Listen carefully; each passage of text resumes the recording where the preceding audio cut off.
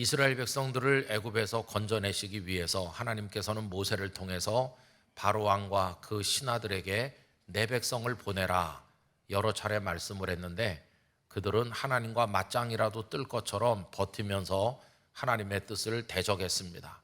그래서 10가지 재앙이 차례차례 임하게 되었는데, 그 마지막 재앙은 짐승이든 사람이든 먼저 태어난 것, 초태생이 모두 죽는 무서운 재앙이었습니다. 이것은 그들이 하나님의 뜻에 순종하지 않고 버틴 죄에 대한 심판이었다고 말할 수가 있습니다.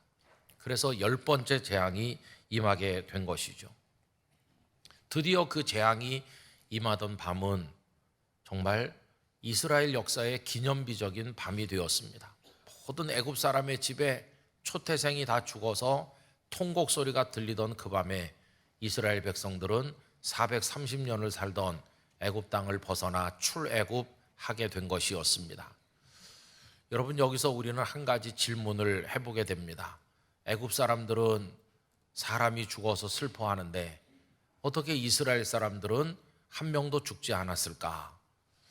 그저 별 생각 없이 우리가 단순하게 말한다면 애굽 사람들은 하나님을 대적하는 악한 사람들이고 이스라엘은 하나님을 경외하는 선한 사람들이기 때문이 아닐까 생각을 하기 쉬운데, 여러분, 그렇지 않습니다. 우리가 그 다음에 출애굽기, 레위기, 민수기, 신명기를 계속 읽어 내려가 보면 이스라엘 사람들, 선한 사람들이 아니었어요. 애굽 사람들은 하나님을 알지도 못하고 하나님의 은혜를 입은 적도 없으니까 그렇다 치고, 이스라엘 사람들은 얼마나 많은 하나님의 돌보심, 하나님의 사랑을 입었습니까? 그런데도 그 하나님 앞에 대적하고 불순종, 불신앙하는 걸 보면은 오히려 애굽 사람보다도 더 악한 민족이 아닌가 생각될 정도로 이스라엘 백성들은 정말 하나님 앞에 못된 행동을 많이 한 것을 알게 됩니다. 그런데 그런 이스라엘 백성들이 어떻게 그 밤에 한 명도 안 죽고 또 출애굽까지 하게 됐을까? 이렇게 질문해 보면 그 답은 하나입니다.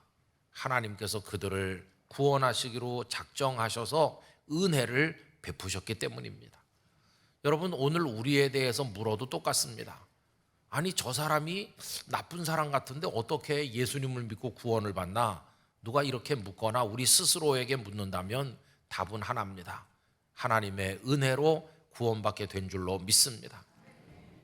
그래서 이 하나님께서는 그들을 살려주시려고 그날 밤에 모세를 통해 어떻게 할지를 미리 알려주셨는데, 짐승을 잡아먹고 그 피를 문 설주와 임방에 미리 바르고 그 집 안에 있게 하셨어요. 그게 살 길이었습니다. 그래서 하나님의 보내신 사자를 통해서 그들이 살게 하신 거죠. 여러분, 이 이야기가 피를 보는 이야기입니다. 오늘 말씀 가운데서 5절에서 7절 말씀을 우리 함께 읽어보겠습니다. 너희 어린 양은 흠없고 1년 된 수컷으로 하되 양이나 염소 중에서 취하고 이달 열 나흔 날까지 간직하였다가 해질 때 이스라엘 회중이 그 양을 잡고 그 피를 양을 먹을 집 좌우 문설주와 임방에 바르고. 아까 피를 본다는 말이 부정적으로 안 좋은 뜻이 많다고 그랬는데 여기는 다릅니다. 피를 보는 게 생명이었어요. 백성들은 짐승을 잡았기 때문에 피를 봤을 뿐만 아니라 손에 묻고 몸에 튀었을 것입니다. 그 피를 문설주와 임방에 바를 때도 역시 그 피가 손에 묻었겠죠. 그런데 백성들만 피를 본 게 아니고 그 피를 보신 분이 계셨는데 하나님이십니다. 하나님께서는 그 문에 발려진 피를 보시고 뛰어넘으셨어요. 그게 오늘 본문 13절인데요. 함께 읽겠습니다. 내가 애굽 땅을 칠 때에 그 피가 너희가 사는 집에 있어서 너희를 위하여 표적이 될지라. 내가 피를 볼 때에 너희를 넘어가리니 재앙이 너희에게 내려 멸하지 아니하리라. 하나님께서는 이스라엘 백성들이 사는 지역에는 아예 그런 재앙이 없을 거라고 말씀한 게 아니에요. 그 땅에도 하나님이 보낸 죽음의 사자가 오는데 피가 발려져 있으면 면한다는 거예요. 뛰어넘는다는 거죠. 그래서 이 6월절을 패스오버라고 하죠. 이렇게 뛰어넘어서 가주신 거예요. 악하긴 마찬가지인데 그 피 덕에 그들은 사는 것이에요. 여러분, 피 흘림이 왜 있습니까? 죄 때문입니다. 예전에 죄를 지은 사람이 끌려나가서 사형을 당할 때, 그를 죽일 때 피가 흐르잖아요. 왜 피가 흘리는가? 죄 때문이에요. 죄를 지은 사람은 죄값으로 죽어야 되는 건데, 그가 죽을 때 피가 흐르는 거니까 이 피는 죄값이라고 할 수 있어요. 죄를 지은 당사자가 죽어야 되는 건데, 하나님은 그 대신 짐승이 죽어서 사람이 살게 하셨어요. 그 짐승의 피 덕분에 사람은 살게 되고 구원을 받은 것입니다.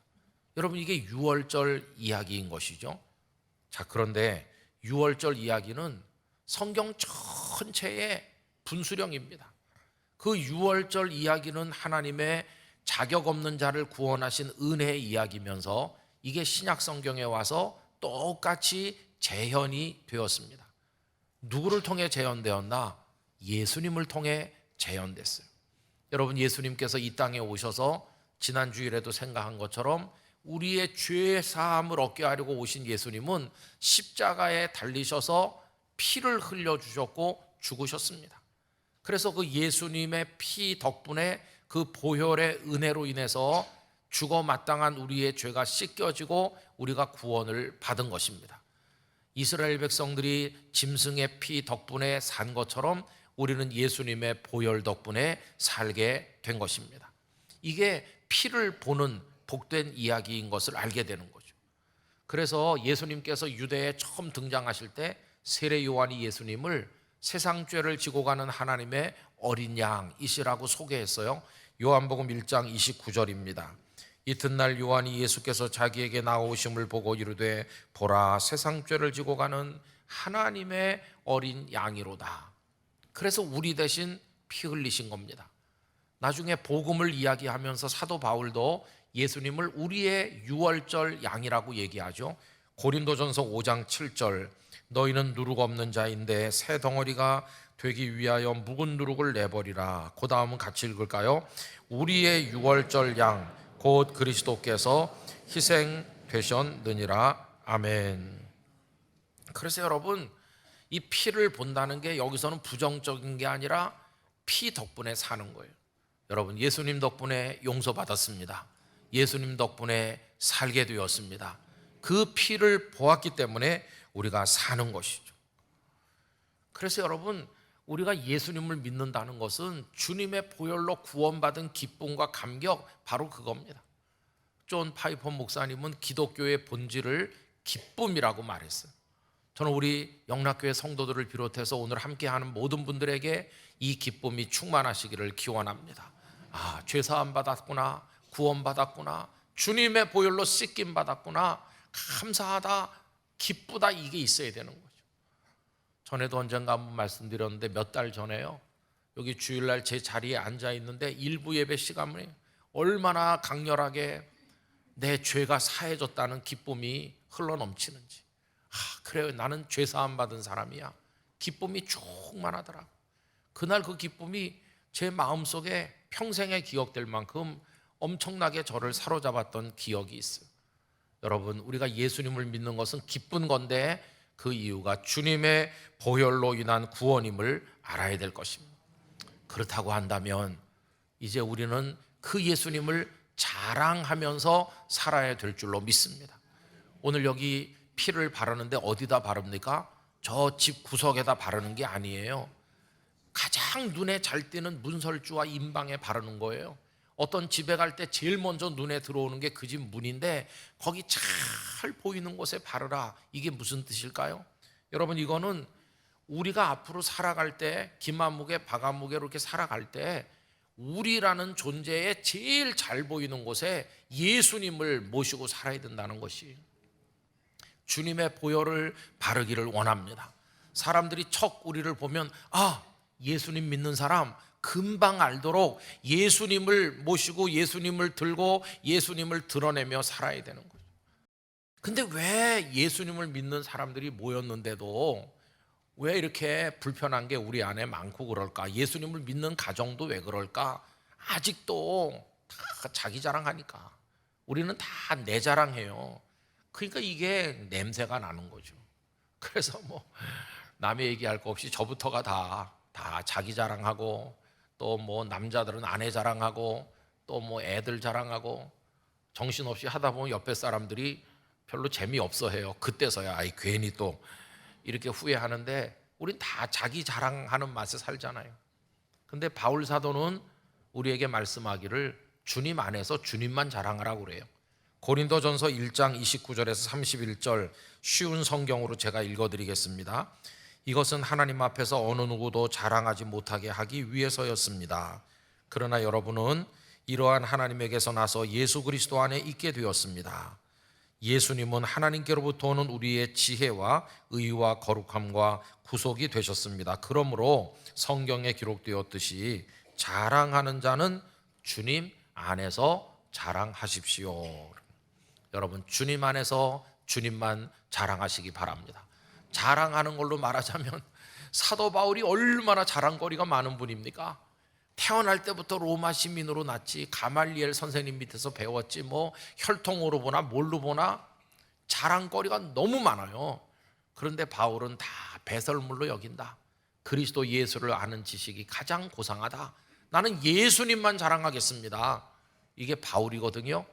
여러분, 우리도 예수님만 사랑하는 삶을 살아가고, 예수님만 높이고, 예수님만 자랑하고, 주님의 보혈을 바르고 사는 사람 돼야 될 줄로 믿습니다. 이 유월절 이야기가 우리에게 알려주는 성도의 삶은 또 이렇게도 말할 수 있어요. 이제는 그게 시작이다. 나의 존재가 구원받은 거기서 새로 시작됐다. 이런 의식으로 살도록 하는 겁니다. 여러분, 하나님께서는요, 그들이 유월절을 경험하는 그 출애굽의 그 달을 그들의 1월 달로, 첫 달로 만들게 하셨어요. 말씀 2절을 보십시오. 이 달을 너희에게 달의 시작 곧 해의 첫 달이 되게 하고, 첫 달이 되게 하라는 건 너희는 여기서 시작한다. 여기가 너희의 근원, 출발점이다. 그런 뜻이거든요. 그래서 이스라엘 사람들에게는 달력이 또 하나 생긴 거예요. 이 유월절 사건은 요즘 우리가 쓰는 달력으로 7월 달에 있었던 일인데, 이거를 하나님은 1월이 되게 하셨어요. 그래서 이스라엘에는 종교력이 또 하나 있는 겁니다. 그래서 그들의 1월 달을 여기 애굽식으로 말하면 아비벌이고, 우리가 에스더서 같은 데 보면 바벨론식으로는 니산월이라고 하는데, 우리랑 달라요. 어쨌든 그들의 첫 달이 구원받은 바로 여기서 시작된 것을 볼 수 있어요. 우리가 흔히 이스라엘의 기원을 얘기할 때 아브라함에서 출발합니다. 아브라함, 이삭, 야곱, 에스 이렇게 쭉 내려가지고 요셉으로 12형제가 있고, 근데 그때는 숫자가 얼마 안 돼요. 민족이 아니고 그냥 한 가족이었어요. 이스라엘의 기원은 아브라함에서 말할 수 있지만 민족으로서의 기원은 이 출애굽 사건입니다. 출애굽은 성경 전체의 분수령이라고 할 수 있어요.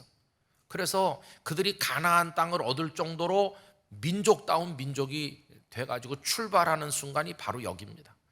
그래서 여기가 첫 달이 되는 거예요.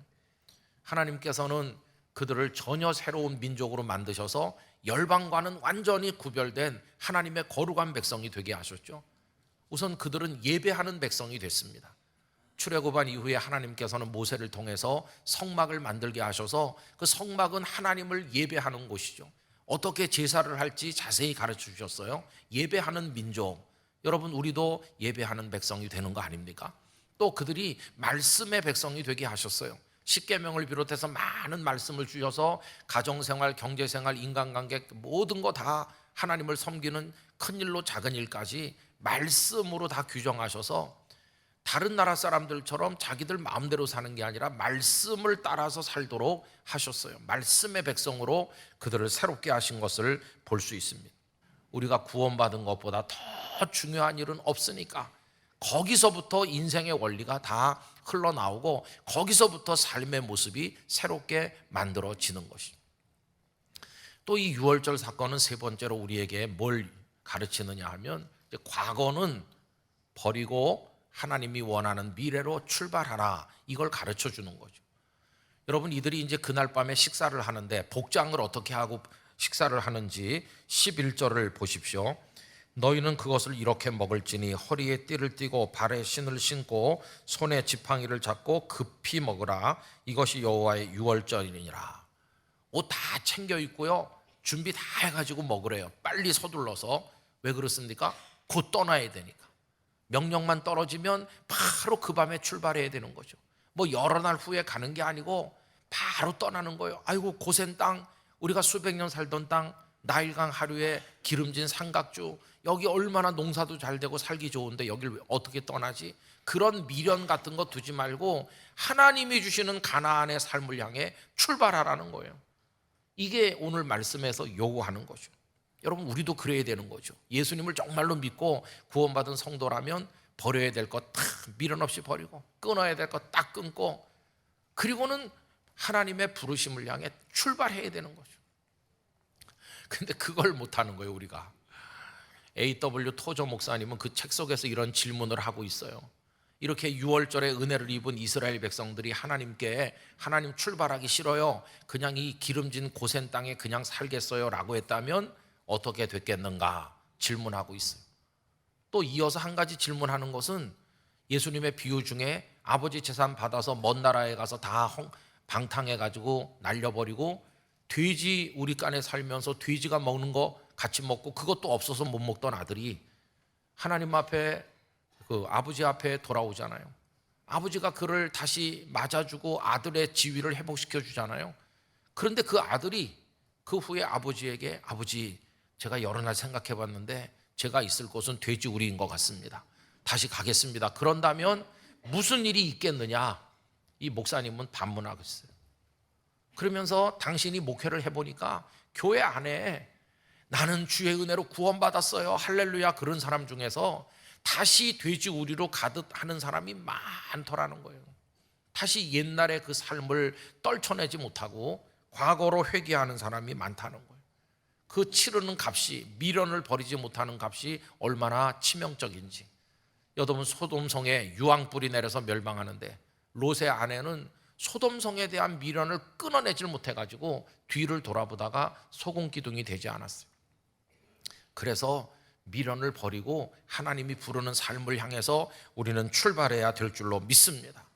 해가 바뀌고 달력을 새로 갈아붙이는데 왜 나의 삶은 변화가 없고 맨날 똑같이 반복하고 답습하고 예전으로 돌아갈까? 그 이유가 여기 있는 것이죠. 그래서 결심을 해봐야 되는, 결심. 2024년에 작년처럼 재작년처럼 계속 그렇게 살 건가? 아니면 내가 뭐 작은 거 하나라도 결심을 하고 달라질 것인가? 아주 오래전에 제가 부목사 시절에 어떤 여집사님이 큰 저택에 살았는데 청파동에 사셨어요. 어느 날 전화 와가지고, 목사님 우리 집에 좀 오세요. 신방입니까? 아니, 그냥 놀러 오는데요, 그 가방 빈 거 큰 거 하나 가져오세요. 그래서 눈치 빠른 저는 뭘 주려고 하는구나 이렇게 알아차렸어요. 기왕이면 요즘에 여행 갈 때 쓰는 그런 거 가져가면 좋은데 그때는 그런 가방이 없어가지고 신방 가방 성경책 빼놓고 그냥 덜렁덜렁 들고 갔는데, 그 집에 갈 때마다 의아한 거, 집은 이렇게 큰데 왜 가족이 아무도 없을까? 그리고 뜰과 거실과 안방에 웬 돌멩이만 이렇게 많을까? 그게 늘 수수께끼였어요. 그날 수수께끼가 풀렸어요. 차 한 잔을 주시더니 그 집사님께서, 목사님 내가 살아온 얘기 좀 해볼게요. 그러더니 그분은 아주 곱게 생기셨는데 좋은 남자 만나서 남편이 돈도 잘 벌고 잘 살았대요. 아무 문제 없이 너무 행복하게. 그런데 문제가 하나 있는 거예요. 그게 뭐냐 하면은 아기를 이분은 못 낳습니다. 병원에서 그렇게 얘기했어요. 그랬더니 남편은 그래도 아무 상관없다고 그러는데 그 시어머니가 너 때문에 몇 대 독자 우리 집안에 대가 끊어진다 이렇게 하니까, 그거를 너무 시달리니까 이 집사님이 견디다 못해서 내가 비키는 게 맞겠다. 그래가지고 남편이 헤어지지 않으려고 하는 걸 억지로 이렇게 헤어졌대요. 눈물의 이혼이죠. 그랬더니 남편이 그 저택을 다 주고 돈을 많이 주고 그냥 아무 걱정 없이 살게 다 해줬는데, 그렇게 혼자 되고 보니까 사람이 돈으로 사는 게 아니더래요. 너무 외롭고 제정신이 아니고. 그래서 굉장히 이렇게 어려운 지경에 있을 때 누가 와서 취미 생활을 해서 마음을 추스리라고. 그래서 그분이 사람 대신 사랑하기 시작한 게 돌멩이였어요. 그래가지고 전국 각지를 다니면서 예쁜 돌들을 모아들이고 사기도 하고, 그게 수석을 모으기 시작해요. 수석. 그래서 온 집안에 돌이 꽉 찬 거예요. 수석 잡지에 글도 쓰기도 하고 돌 전문가가 됐어요. 가보면은 뭐 큰 돌, 작은 돌, 색깔도 다양하고 모양도 다양하고 돌이 얼마나 비싼 것도 있는지. 근데 어느 날 소파에 앉아서 졸기 시작했는데 꿈에 하나님께서 그분을 새롭게 만드신 거예요. 너 지금 뭐 좋아하고 뭐 하고 사냐? 예, 돌멩이를 사랑하고 있습니다. 언젠가 너 죽으면 내가 너한테 물어볼 거야. 너 세상에 사는데 동안에 뭐 했니? 뭐라고 대답할 거야? 예, 저는 돌을 모으고 돌을 사랑했습니다. 이렇게 대답하겠죠? 하다가 깜짝 놀라서 깼대요. 정신을 차리고 보니까 막 식은 땀이 났대. 그날 그분은 사도 바울이 다메섹 도상에서 돌아서듯 돌았었어요. 이 얼마 살지도 않는 인생이고 돌멩이 사들인다고 모은다고 전국 각지를 다니면서 돌 끌어안고 내가 이거 돌았나? 인생을 내가 왜 이렇게 사나? 그래서 그분이 결심한 거예요. 다 정리하고 내가 주님만을 사랑하겠다 결심했어요. 이 돌을 치워야 될 거 아닙니까? 그럼 제일 먼저 떠오르는 게 김은성 목사 몇 개 주자. 그래갖고 가방 가져오라고 한 거예요. 요새처럼 차가 있었으면 차 몰고 오라고 그럴 텐데. 그래 제가 사양했어요. 아니 집사님도 정리하는 걸 내가 왜 가져가겠습니까? 그랬더니 이게 말이지 비싼 거라고, 이게 돌은 이래도 이게 볼 줄 아는 사람이 보면 깜짝 놀랄걸요. 그러면서 막 한 3개쯤 가방 안에 가방이 막 밑이 빠질 지경으로 무겁더라고. 그게 다가 아니고 안방에 들어가더니 돌 사진 찍으려고 샀던 그 당시로서는 아주 좋은 고급 카메라, 일제 카메라를 또 싸가지고 나. 이거 몇 번 안 쓴 건데 이것도 목사님 가져가라. 그래서 한 손엔 카메라, 한 손엔 돌가방 들고 기도해드리고, 그리고 집에다가 가서 이제 다 책상에 꺼내놓고 이제 성경 찬송 다시 넣어갖고 다니는데, 얼마 후에 그 사택에 도둑이 왔거든요. 근데 그 도둑이 굉장히 보는 눈이 높은 도둑이 와가지고 카메라만 가져간 게 아니라 돌도 가져갔던 수석 전문가가 오셨는지 다 가져갔어. 결혼 반지도 가져가고 뭐 다 가져갔네. 근데 그 집사님은 어떻게 됐을까요? 그 집사님은 그날 바뀌었어요. 파는 건 팔고 주는 건 주고 다 정리했어요. 저택도 팔아서 정리해서 조그만 집으로 옮겼어요. 그리고 그 모든 시간과 에너지를 예수님 전도하는 데 썼습니다. 심지어 신문 잡지 싹 다 끊었어요. 외로우니까 잡지도 많이 보고 그랬는데 다 끊었어요. 왜냐하면 병원에 가니까 눈이 이게 시원치 않은데 아끼라고. 그래서 그분은 성경 읽는 데 외에는 내 눈을 아끼겠습니다. 그래가지고 다 끊고 오로지 전도하는 일에 올인했어요. 그 많은 거 다 복음 전도하는 데 썼어요. 그 해부터 그분이 그 교회 전도왕이 됐어요. 매년 제일 전도 많이 하는 분 그분이었어요. 권사님이 되시고 나중에 오랜만에 그 교회를 갔더니 자그마해지셨는데 저를 꼭 안아주시더라고요. 권사님 하늘나라 갈 날이 얼마 안 남으셨는데 정말 다 버릴 거 버리고 주님 위에 살다가 훌쩍 가신 권사님 생각을 지금도 자주 합니다. 여러분 한번 생각해 보세요. 기회가 그렇게 많은 것도 아니에요. 인생은 다 흐르는 강물처럼, 그 영화 제목과 같아요. 흐르는 강물같이 둥둥 떠내려가는 거고 다시 상류로 돌아올 일은 없어요. 그냥 흘러가다가 언제 그게 끝날지 모르는데 얼마 안 남은 시간 동안에 세상에 붙은 그 욕망을 못 버리고 예전에 그거 그대로 예전에 나의 못된 성정, 성품 그것도 못 버리고 아직도 소리 지르면서 나 중심으로 그렇게 살다가 나중에 어떻게, 그래서 이제는 아무리 고생이 좋아도 가나안을 향해 미련 없이 떠나야 되는 거다. 우리도 떠나야 되는 거죠. 그래서 여러분 가만히 기도하면서 하나님 제가 뭘 버리지 못해서 제 믿음이 더 성장하지 못합니까? 한번 기도해 보시고 하나하나부터 우리가 끊고 출발할 수 있게 되기를 원하는 것입니다. 그래서 우리가 가는 길에 하나님이 함께 하실 줄 믿습니다. 이스라엘 백성들이 출발해서 갈 때 그들만 가지 않았죠. 하나님의 구름 기둥과 불 기둥이 그들을 이끌었죠. 우리 성도님들이 하나님을 따라서 이렇게 나가실 때 여러분의 앞길에도 주님의 인도가 함께 하시기를 바랍니다. 아까 찬양 가사처럼 너는 내 것이다 하시면서 우리를 이끌어 가실 때 불이 우리를 해하지 못할 것이에요. 그래서 저 주님 닮은 삶을 향해 우리가 유월절 그 양으로 구원받은 백성처럼 우리 예수님의 보혈로 구원받았으니 예수님 자랑하면서 변화된 삶을 향해 달려가기를 원하는 것입니다.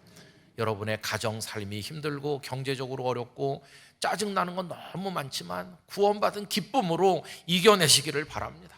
그래서 이제 변화된 삶을 살면서 하나님 영광 나타내는 우리 성도들 되시기를 축원합니다.